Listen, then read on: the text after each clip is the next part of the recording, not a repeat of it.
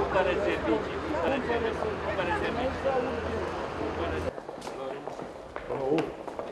so welcome you. It's great pleasure. Nice to meet you.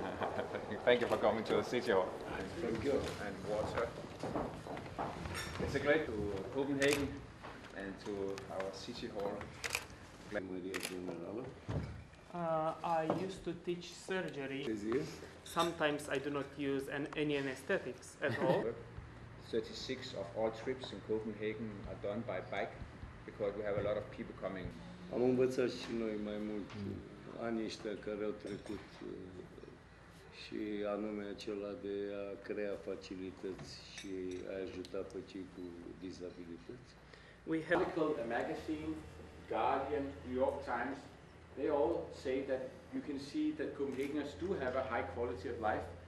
And when we ask people from abroad that comes to Copenhagen to invest, Cycling Embassy of Denmark, there's a virtual networking taking place where you can have more information on how do you bike, how do you make bike infrastructure. And it's very often, and it does happen so, you can say. And why is it so? That's because it's easy, it's convenient for Copenhageners to use your bike.